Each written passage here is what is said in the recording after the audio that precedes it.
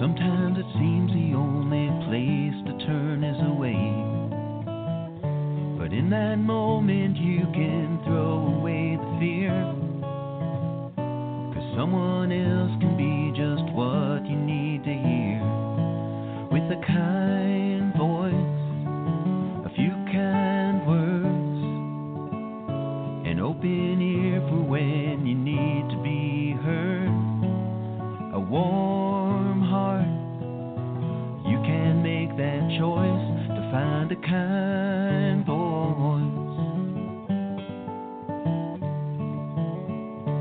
Yes, we're different, look at you and me. Both have questions, both have answers, both have needs. And though most likely we will often disagree, we can just keep talking, maybe find that we can be a kind voice, a few kind words, an open ear for when you need to be heard, a warm heart. We can make that choice to be a kind voice. There's nothing wrong with reaching out when you need. I'll be there for you, and maybe you can be for me. With a kind voice, a few kind words, an open ear for when you need to be heard, a warm heart.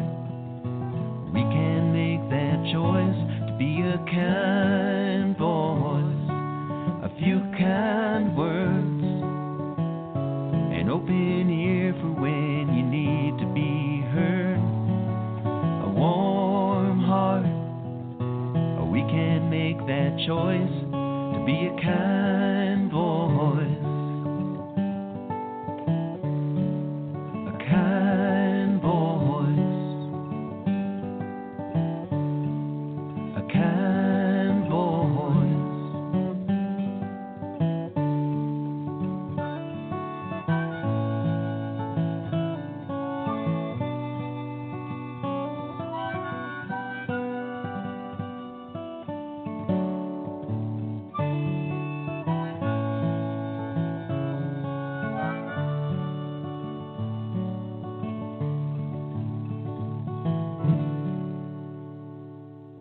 Kind Voice Radio.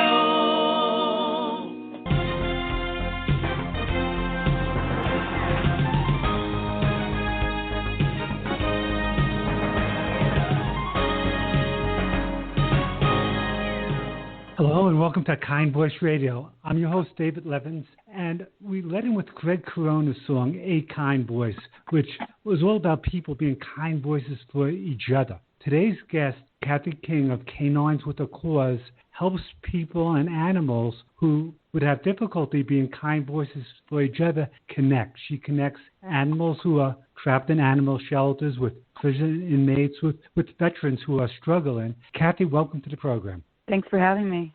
Oh, well, thanks so much for joining us. Can you tell us what Canines With A Cause does? Absolutely. Canines With A Cause has a purpose of, number one, rescuing dogs who have ended up in animal shelters. Usually these dogs are great family dogs that have ended up there for whatever reason or hardship, whether it's a divorce or a foreclosure. So we like to give these dogs a second chance. We train them in a women's prison. The inmates have been through training and are wonderful dog trainers, and they help us prepare them for companionship or service work with veterans suffering with post-traumatic stress disorder. Wow, it's such a beautiful mission. What was the spark that caused you to think of making these connections?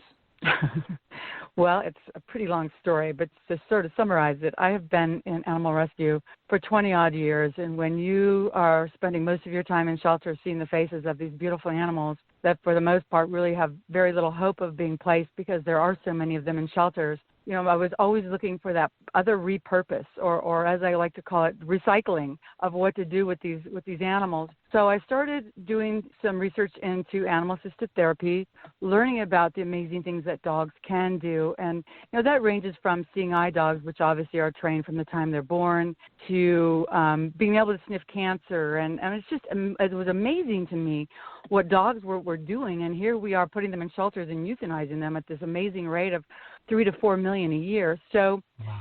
I thought about pairing them as companions, for the whatever help they could do for the veteran. And it really is amazing how this process works. Not every veteran needs a service dog. A service dog basically needs to do certain things for a person when they're, out in public, which is the reason they can take them anywhere, a restaurant or, grocery store, those types of things. And that could vary from picking things up, if someone's in a wheelchair, opening a door, turning on a light. Well, PTSD is invisible. Most of these veterans look like a normal, healthy person. You would never know that they had anything going on, but in their mind, they're not. They're still going back to a place that was very traumatic for them. And a lot of the time, they don't sleep. They're very hypervigilant. They are out in public, and all of a sudden, something will come back of a very traumatic event. They have anxiety. So the dogs not only keep them calm, but if they are having anxiety, they can help move them out of that place. If they're in a crowd or in a store, they can move them to the side and lick their face and bark and really try and mentally bring them back into the now and remove them from that traumatic event that they're going back to. So the dogs have a lot of different purposes for PTSD and anxiety and those types of things. That are extremely important.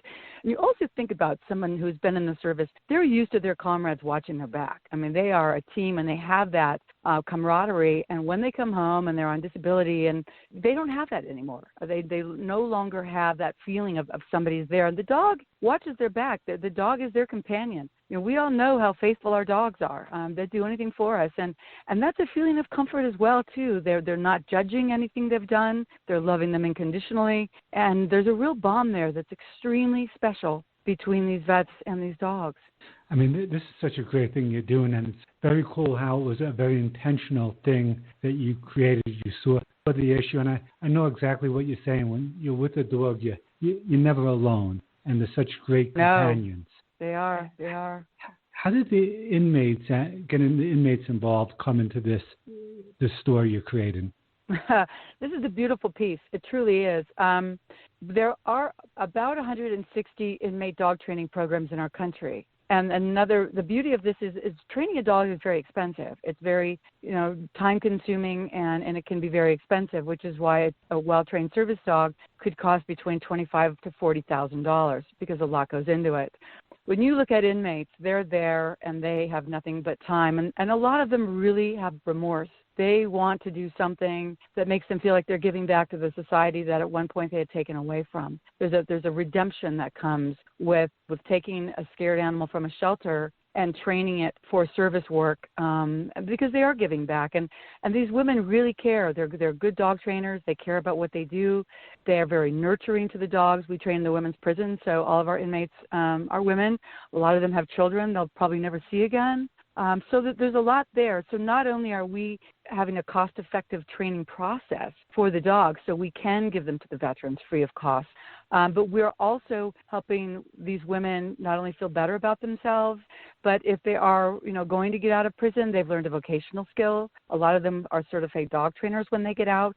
We have one inmate who is doing an internship for us now. She's out of prison and hoping to move on with a dog training career. So there's a lot of benefits from that, too. We'd like to say we're saving 3 lives. We're rescuing a dog from a shelter. We're giving an inmate a chance to give back and learn about feeling good about themselves. And, the end result is a veteran gets a well-trained, loving companion.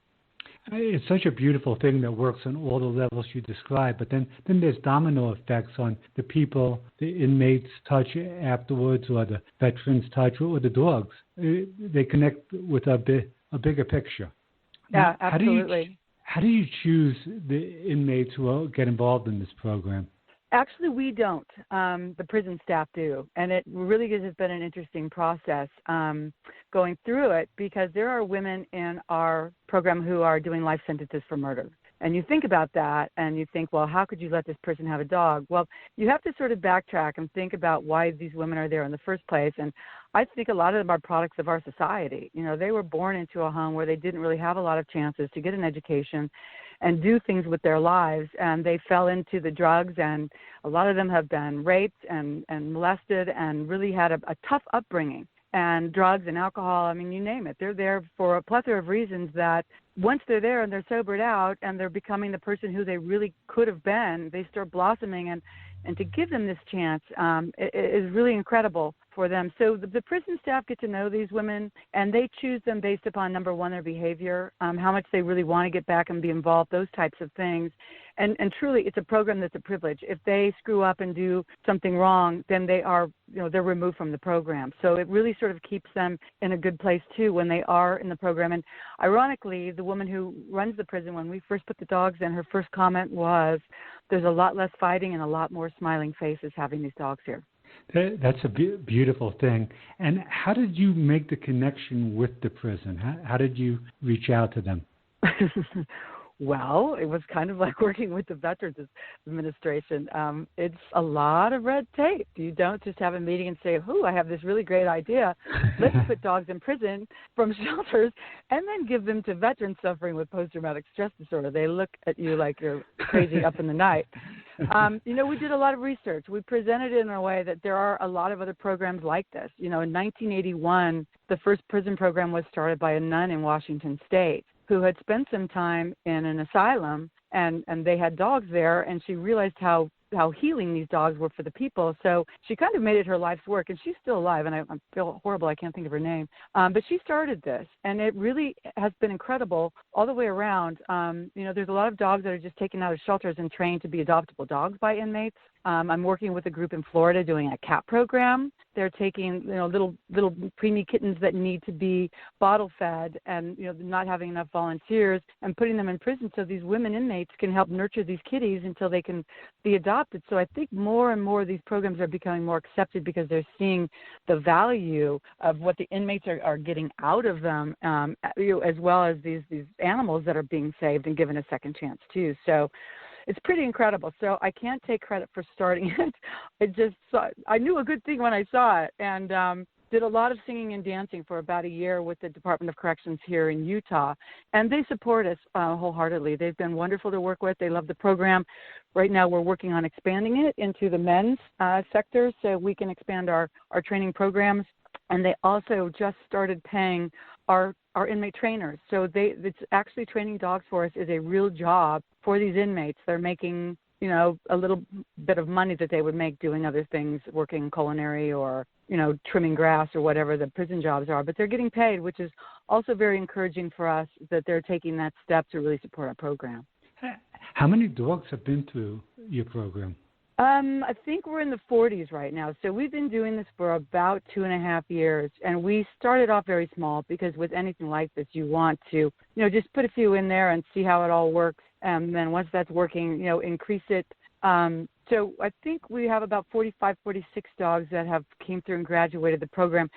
And there are some dogs that don't make it. In fact, there are quite a few that don't. I mean, you think about dogs and their needs of just, being, getting out and exercising. And because of staffing, our dogs sometimes don't get to, spend enough time in the yard and do all of that. And there's a lot of structure. There's slamming doors, and they're living in a little cell that's 11 by 7 with 2 women who give them a lot of attention. So it's great for the dog. But we'd like to get them out on the weekends. We put them in foster homes with families so they have a chance to go to Home Depot and soccer games and be around cats and kids. So they're getting some socialization on top of the training that they get in prison, because that can be kind of tough on a dog. And, once again, you have dogs that don't like, men in uniforms, and they bark at the prison guards. So, they get – so I would say probably about maybe 50 to 60% of our dogs really don't make the cut for the service work. But the beauty of that is we put them in our adoption program, which is called Penitentiary Pups, and we offer them to the public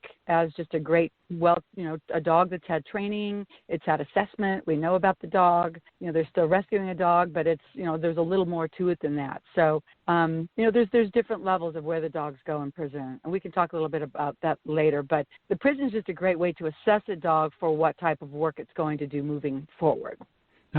It's a beautiful thing, and like you were saying, it's a win-win. So we need to take our first break. After the break, I'd like to talk a little bit about the Global Giving Project. So we'll be right back after this message. The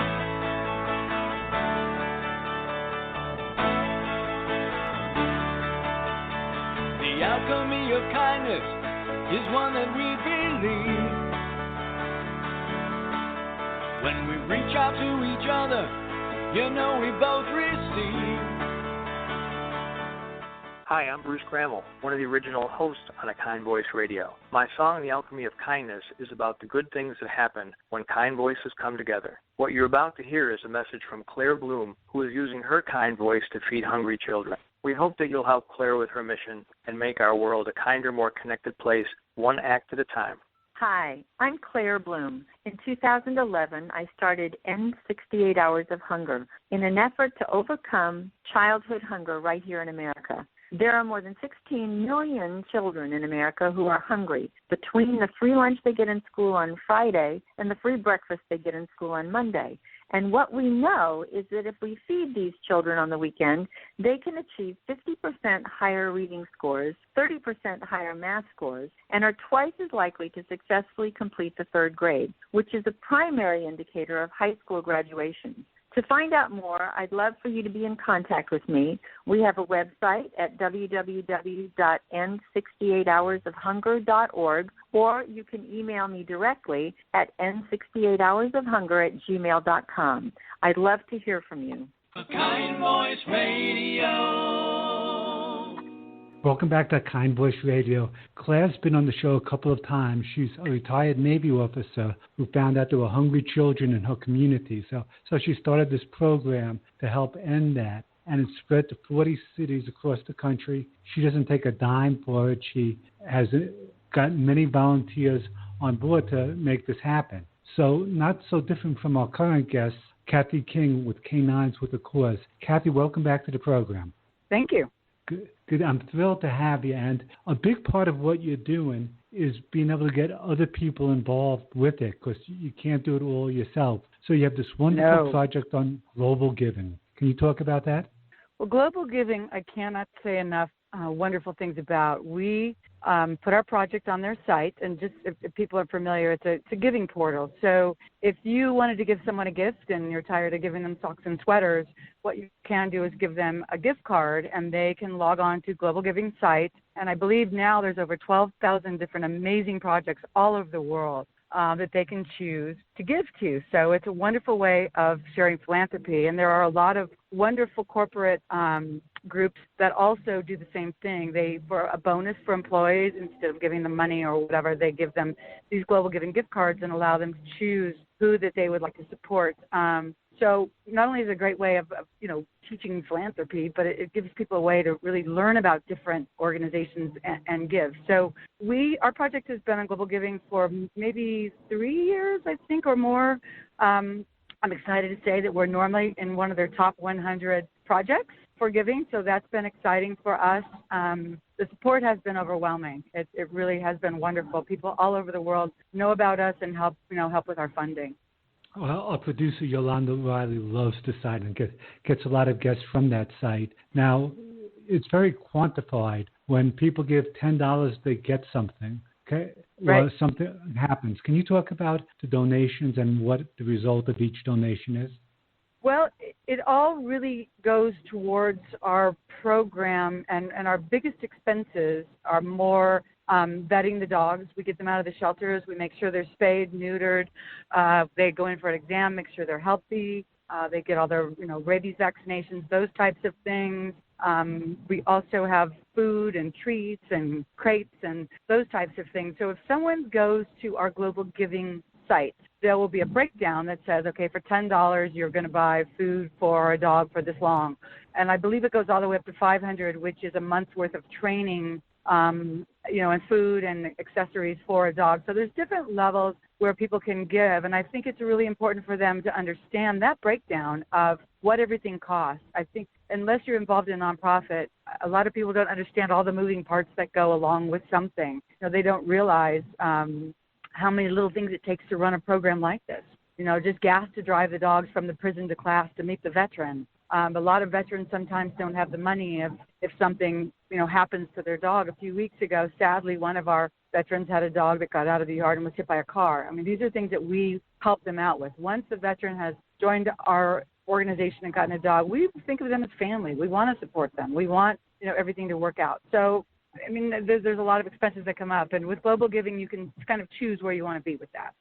No, it's very well laid out. And on the Global Giving site, and there's a link right in the show description for people listening online. If you're listening on a radio station, go to the Global Giving site and search for Canines With A Cause, and it will come up. Now, there's a very powerful video on that site. Can you talk about that video?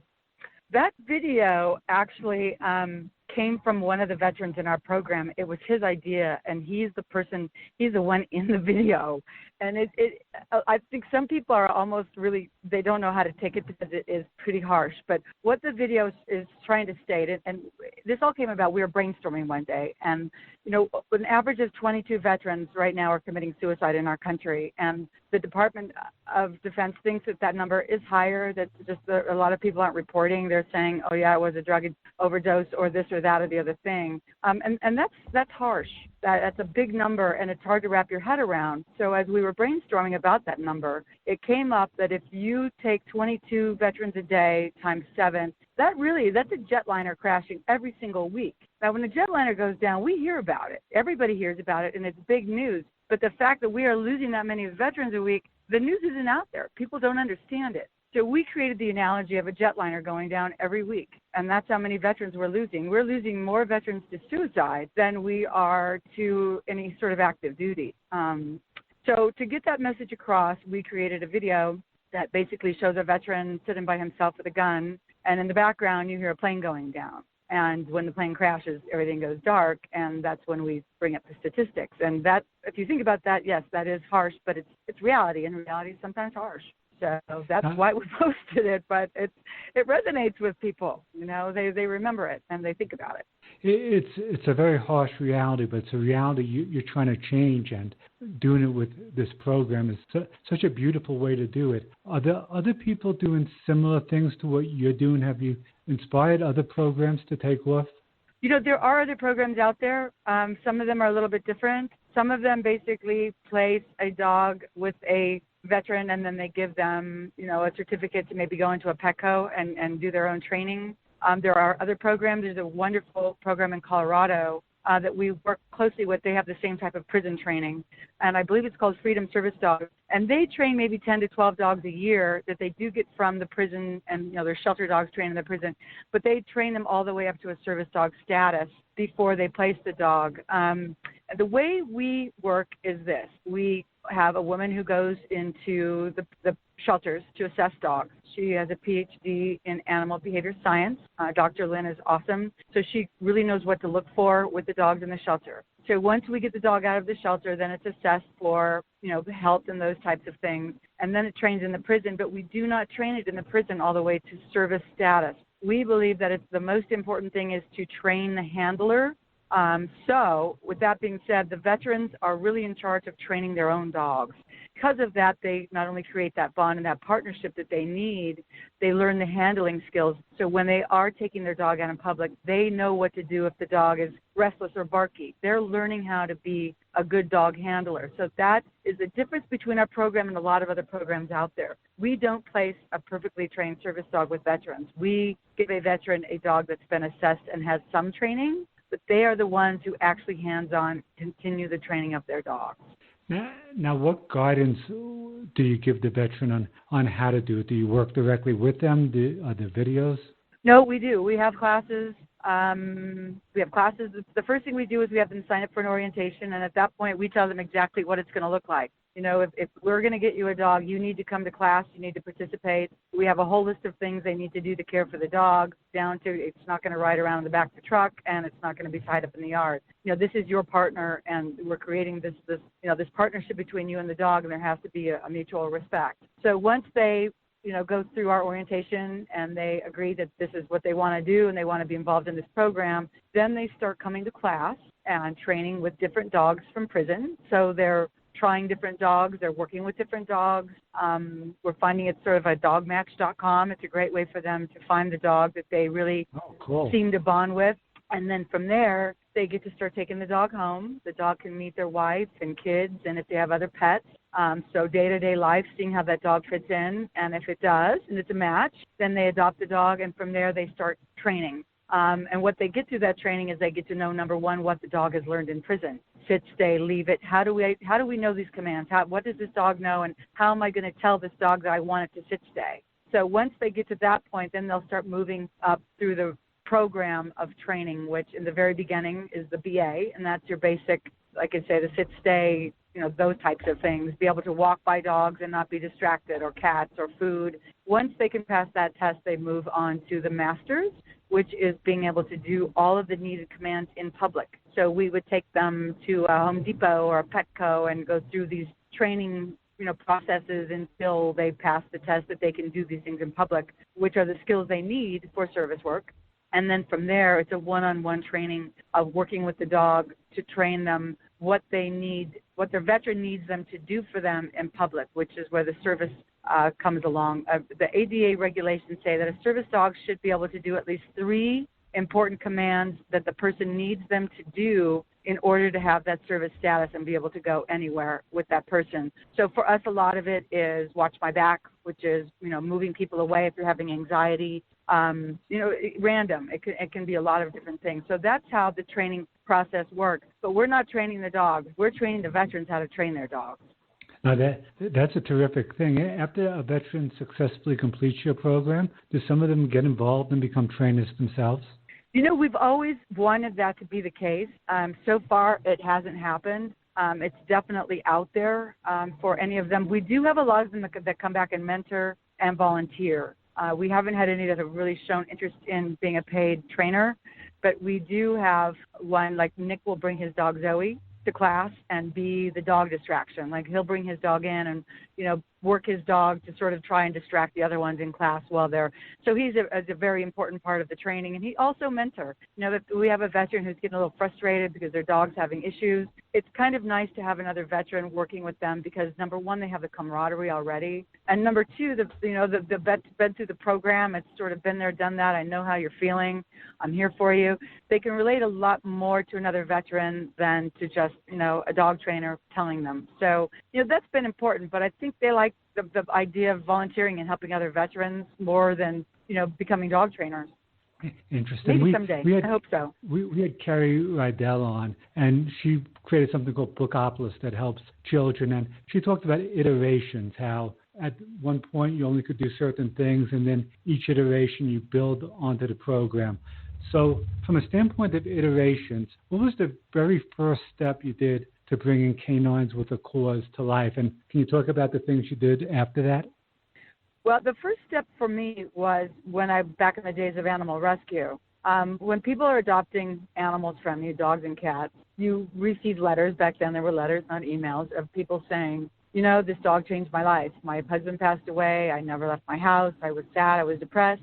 My friends kept telling me, get a dog. I went to your shelter. Or I adopted a dog. And you know what? I started getting out and hiking and going to dog parks, and I started meeting people, and I had a life again. And you're reading these letters, or I have this child who's autistic, and now we have this dog, the child smiles. And, you're reading these letters thinking there's something to this, there's something more here that these people are getting from these thrown away animals that we're not even really realizing. We're focusing on finding a dog a home, but we're not thinking about what happens when that dog gets in the home and how it's changing the people, who adopted it. And that was really where I think the big light turned on for me was, wow, if this is happening, there's got to be a lot more out there that's going on with these dogs. So that was really the beginning of, where can we take this and what can we do with it?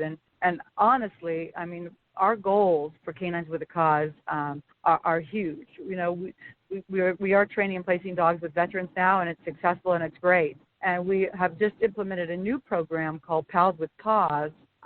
So we're taking some of these prison dogs that really aren't that excited about service work, that would rather lay around on a couch and eat treats and watch Animal Planet, and we're pairing them with children through what we have here called Children's Justice Centers that are set up for kids who have been abused, whether it's physically, sexually. These are kids that have been abused and also have their own post-traumatic stress disorder. And we're pairing them with the children as comfort companions. So they, once again, it helps them sleep at night. It makes them feel safe having this dog with them. So once again, here's another purpose for our four-legged friends of comforting children. So hopefully down the road, through these prison training programs, it will enable us to be able to reach out to other people in need of comfort and be able to train and place dogs with them. And ultimately, that's our long-term goal. So what started in a little shelter, hopefully down the road, is going to be, we've trained some dogs and placed them with children with Asperger's, which has also been very successful. So we're just looking at, where we can go with this. Sky's the limit. What can we do? Now, it's such a beautiful thing, and I want to explore that a little bit. We need to break for a good news report, so we'll be right back after this. Great. Tell us about the good news. Hi, everyone. This is Tasha Rollins with your Good News Report of the Week. This week's story is really cool. It comes from Woodard, Virginia, where a 29-year-old woman named Lauren Puryear is taking the new craze called extreme couponing to a new level. She's using her couponing skills to buy groceries cheap and a lot of times for free so that she can help feed the homeless. The process is not as easy as you may think, though. It involves rounding up numerous copies of the Sunday circular coupons, finding coupons online, and enlisting friends and family to scour for deals as well. Then once the coupons are located and cut and matched up to the stores, she then hits the stores to shop. Once all the food is stockpiled, she turns them into tasty, healthy meals for the local homeless population. And she's not just making peanut butter and jelly sandwiches either. She creates dishes like spaghetti and meatballs, baked chicken with rice, or cold-cut sandwiches. Once she has all the food compiled, she sets up tables and serves the dishes right on the street to any unsheltered people in need of food, serving about 100 to 500 people at a time. So far, she's fed over 5,000 people on a shoestring budget through extreme couponing. Although Lauren works a full-time job, she makes feeding the homeless a priority in her life. Due to the demand, she has decided to enlist help from her friends and family as well, and has decided to start her own organization called For the Love of Others. The organization helps people in need through various community outreach events. So I know you're wondering, where did she get this idea? Well, it all started a few years back after the passing of her grandmother. Her grandmother would stop and talk to homeless people all the time to find out if they were okay, and Lauren says, I felt it was my obligation to keep her legacy going. And Lauren says that she hopes to feed 30,000 people by her 30th birthday on September 14, 2017. According to Lauren, the most common response she hears from the diners is, thank you. This is the first meal we've had in a couple of days. The reason I wanted to share this story with you is because it's a story of giving and a story of compassion. Many of us take eating food every day for granted, and some of us waste food, not realizing that there are people that don't eat for days at a time because they can't afford food. I hope this story has inspired you to get involved in either donating to Lauren's organization to help her continue to feed people, or to even donate food to your local food bank, or better yet, start your own movement to help feed the hungry.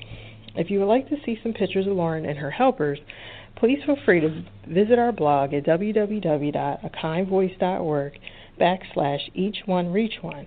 And if you would like to donate to Lauren's organization and learn more about the work she is doing, please visit the For the Love of Others page on Facebook.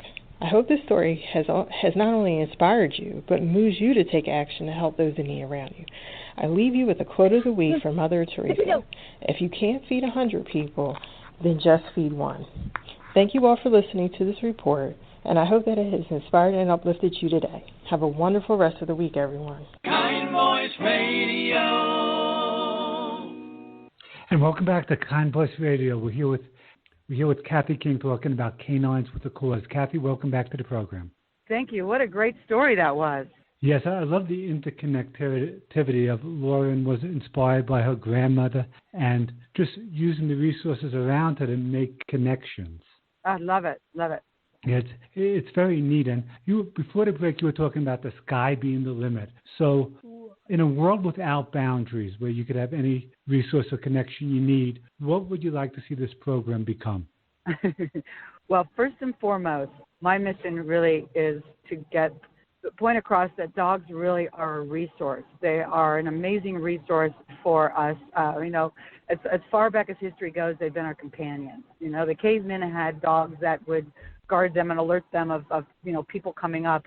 So, they've always sort of been in our lives, but we're at a point now where they are sniffing cancer. I read a fabulous story the other day about a dog that literally can sniff out ovarian cancer. I've also read about melanoma, lung cancer, different ways that dogs literally are detecting cancer, which is huge.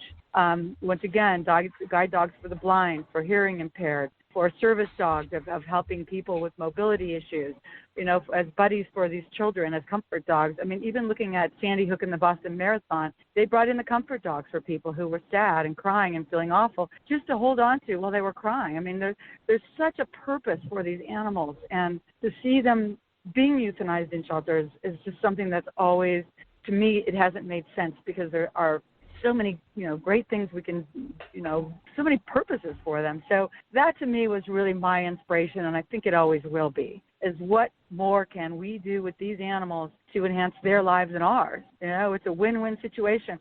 There's a group, and I'm trying to think of what university, but they've figured out a way to put a vest on this dog. So for people who are hearing impaired, the dog can actually communicate with them certain things. So we're getting to a point now where we're really getting good at having dogs communicating, back and forth of what's going on and what we need them to do. The process of training we use is called positive reinforcement training. It's clicker training, and it goes back to how people train dolphins. If you've ever been to a place where there's dolphins and they click that little noise and the dolphin does something and then it gets a fish, it's kind of the same thing.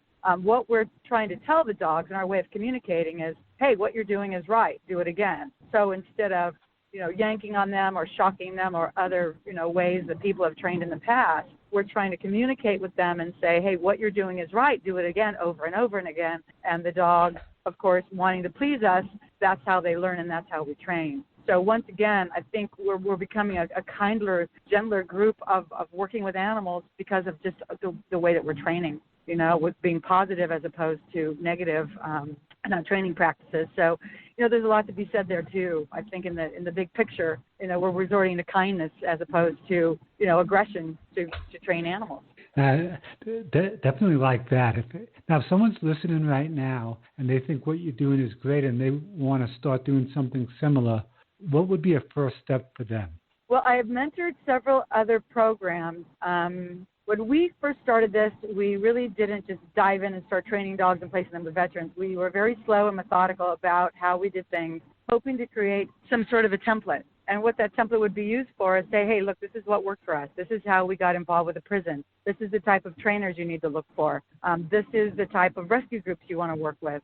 These are all the components came together and worked for us to make this happen. So if somebody's interested, I can really help them through that process and help them, put all those pieces together. Well, in the perfect world, there would be, duplicates of everything we're doing, and we could go all over the country and work with these people and help them get funding and set this up. But, I know just from the 6+ years that I've been doing this that nothing happens overnight. It is definitely a long process. But I can get people on the road and definitely mentor and encourage and do whatever I can do to make sure that, what they're doing is successful and on track.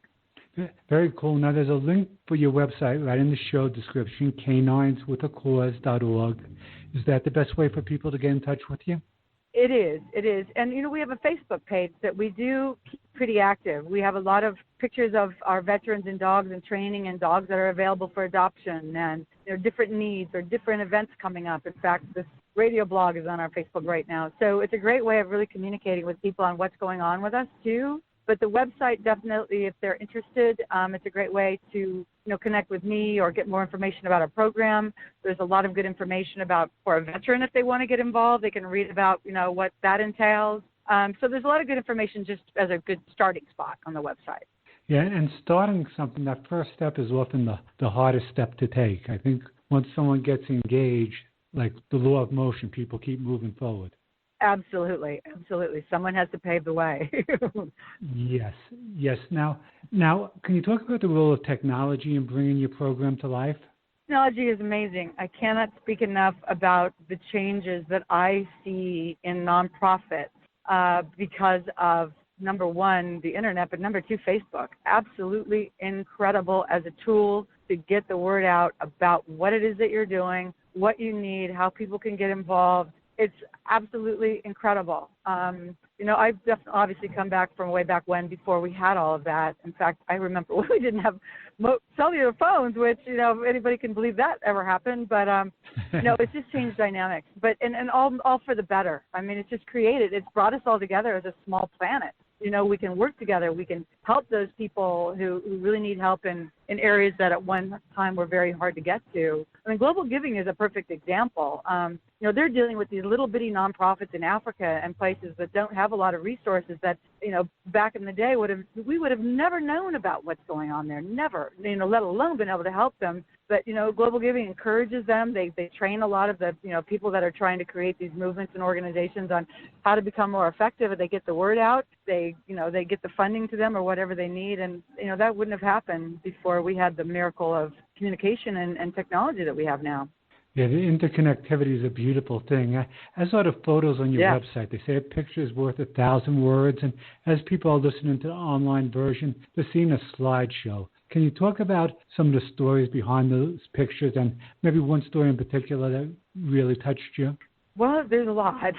There's a lot. But there is one I'm going to bring up because right now it's kind of a big story for us because it's really the momentum of moving forward with this Paws program. But there's one photo of a young man who is now 11, and he's hugging a dog that's a funny little dog. It's a Labrador Basset Hound mix. So it's basically a Labrador with very short legs. And the story is this is Ethan and Marshall. Marshall was a stray. We got him out of a shelter and put him in the prison, and he was a star student. Everybody in the prison loved him. Great personality, just a wonderful dog. Ethan's grandparents came to us a couple of years ago about their grandson whom they had just adopted out of the foster system. Ethan was kidnapped at 2 years old. He suffered not only abuse but malnutrition and a lot of other horrific things in his life. When he was finally rescued, which from what I'm hearing took a SWAT team to get him away from the perpetrator, he was put into the foster system and for many years went from home to home until his grandparents finally could adopt him. And at that point, he had very severe PTSD. He didn't sleep at night. He had problems just being social and leaving the house. So one day he told his grandparents that the only time he felt safe was at night when he could sleep. He had dreams about this dog that protected him. So they found us on the internet and contacted us and said, please, can you help our grandson Ethan? And of course we said, well, we normally just train dogs for veterans with post-traumatic stress disorder, but you know what, we're going to help you out as best we can. So we started talking and we all agreed that Marshall was going to be the perfect dog for him because he was just such a loving, great dog.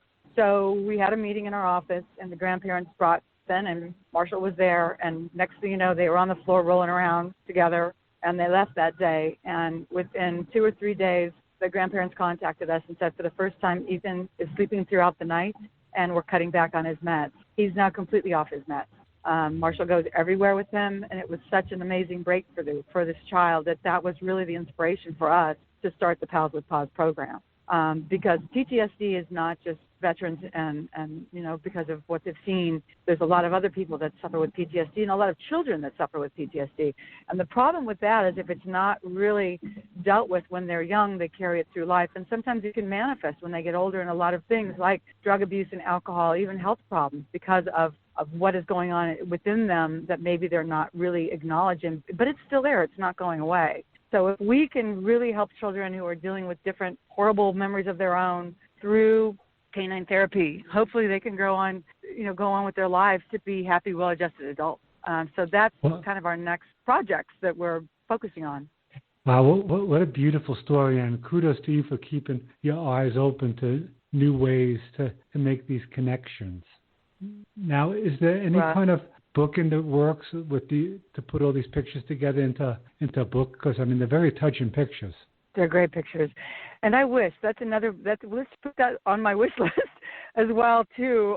We've talked to several people about even doing a documentary where they could come in and film a dog from the time that it really leaves the shelter, the whole process it goes through until it's actually in a home. And, that's something that we really want to do because I think that's a big story from beginning to end on what this process looks like. So, that's something that we really hope to get out there sometime in the future. And the book is a great idea, too. I haven't even thought of that, but I think it's lovely. I think it's a wonderful way for people to see, what it is we do. And you're right. A picture isn't worth 1,000 words, and they are They are wonderful. All those pictures were great. I was really pleased to log on this morning and see that you had those up.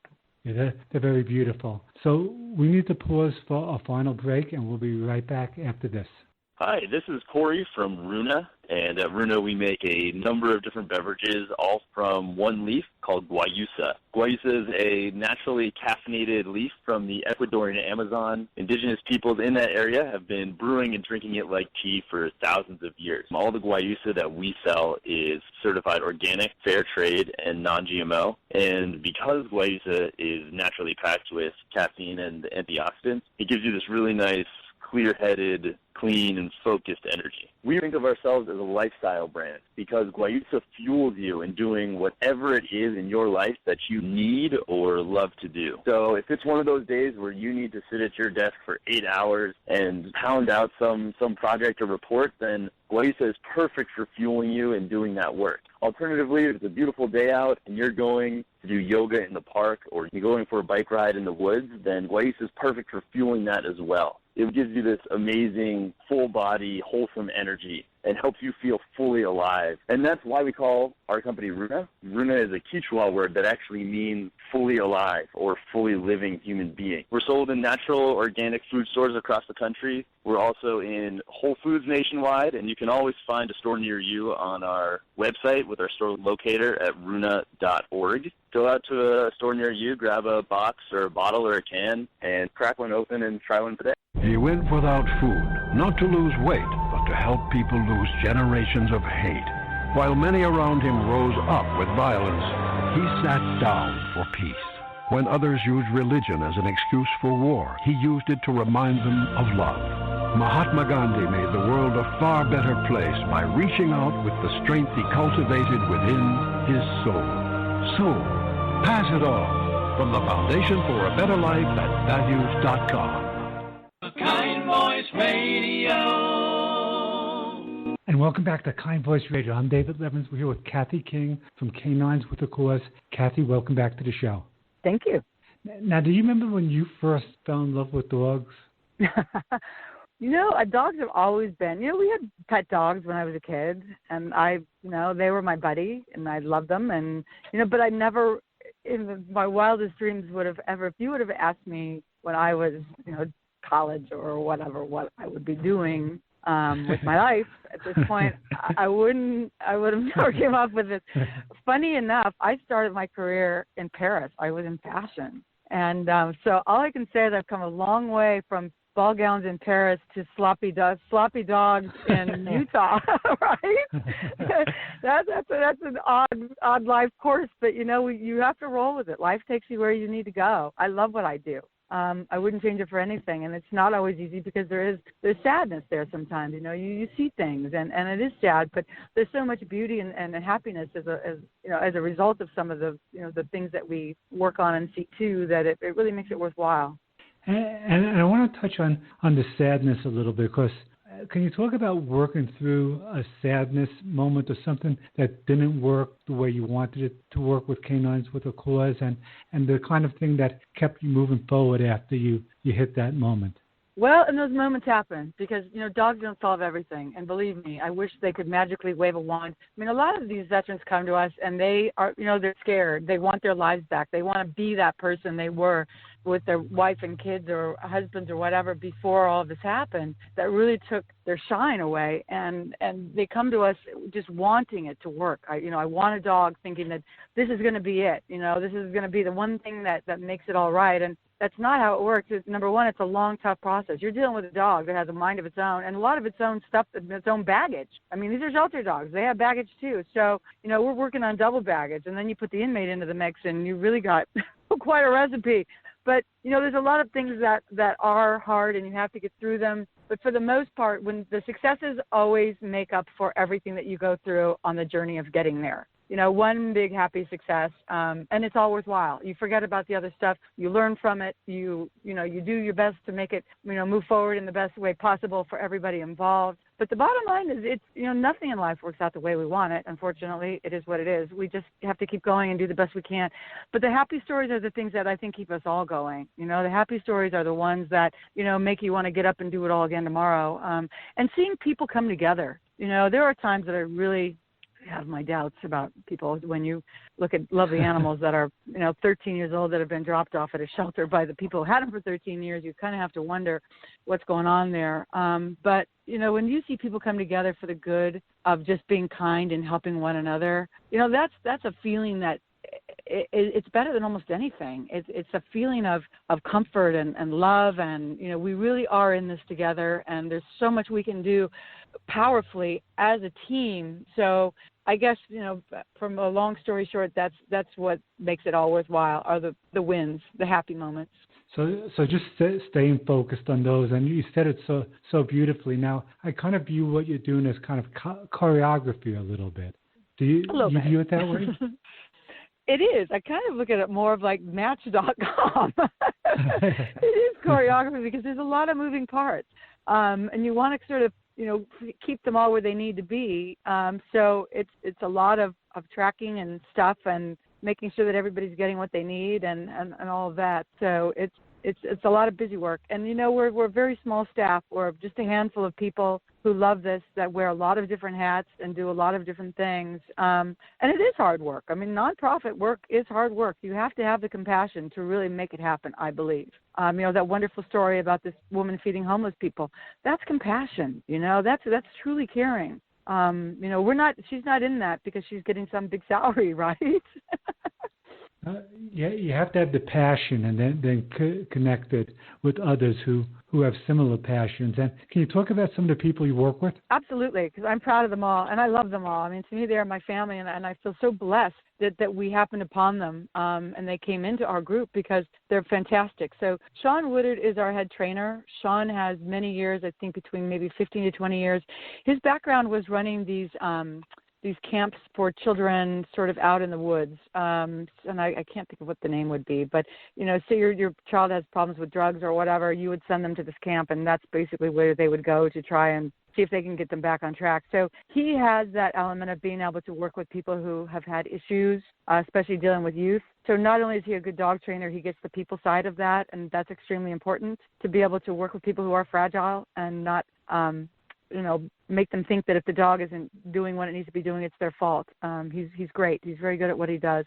Dr. Lynn Glubbert-Norton, she has a PhD in animal behavior science.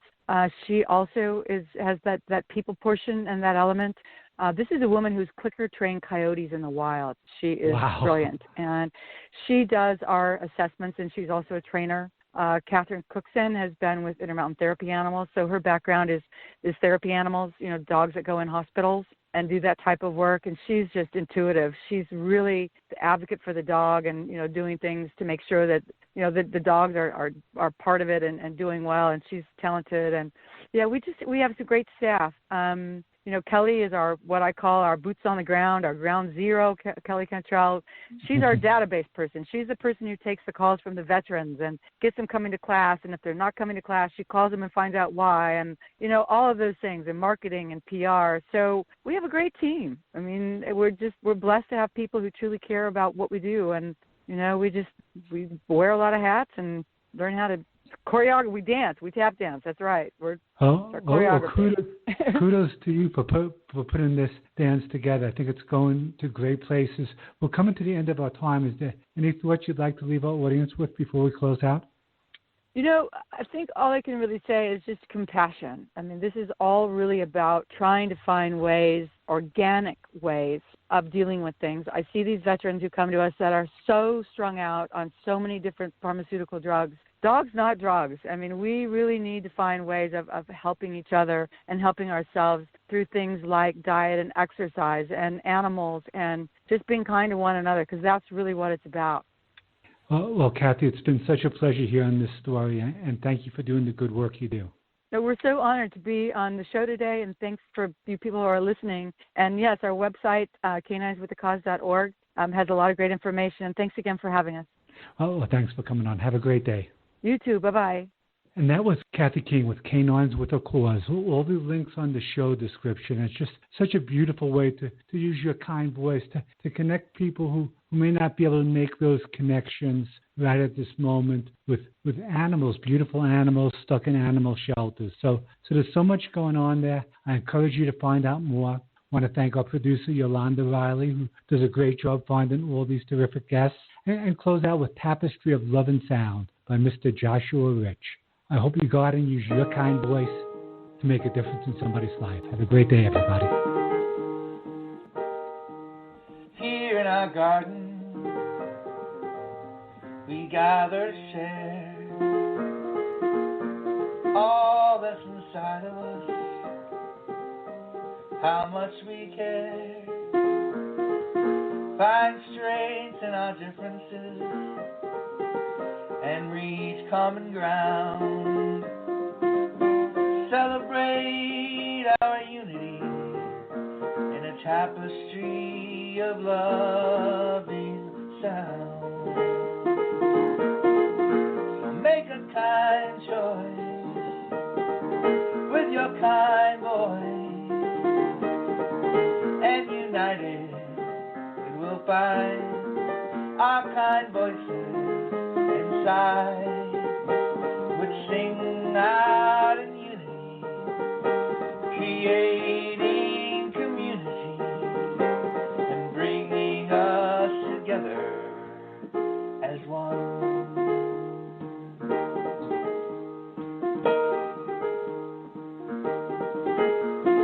Some of us make movies,